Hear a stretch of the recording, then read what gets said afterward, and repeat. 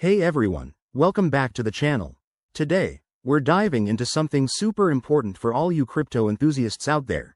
How to move your XRP from Robinhood to cold storage in 2025. If you're holding XRP, you know how volatile the crypto world can be, and keeping your assets secure is key to protecting your investments. Cold storage is like a fortress for your digital coins, keeping them offline and away from hackers. So, let's get straight into this step-by-step guide that'll have you safeguarding your XRP in no time. First things first, you need to set up your cold storage wallet. In 2025, options like Ledger or Trezor are still top picks, but make sure to choose one that's compatible with XRP. Download the official app, follow the setup instructions, and create a new wallet. Remember, write down your seed phrase and store it somewhere safe. Think of it as the keys to your crypto kingdom. Once your wallet is ready, log into your Robinhood account. Navigate to your XRP holdings and select the withdraw option.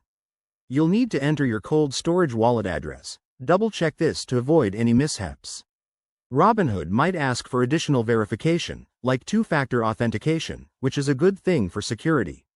Now, initiate the transfer. Specify the amount of XRP you want to move, keeping in mind any network fees that could apply. XRP transactions are usually pretty cheap. After you confirm, sit back and wait for the transaction to process. This could take a few minutes to an hour, depending on network congestion in 2025. After the transfer, verify everything in your cold storage wallet. Check your balance and transaction history to make sure your XRP has arrived safely. If anything looks off, don't panic. Just reach out to Robinhood support or your wallet provider. Finally, a quick word of advice.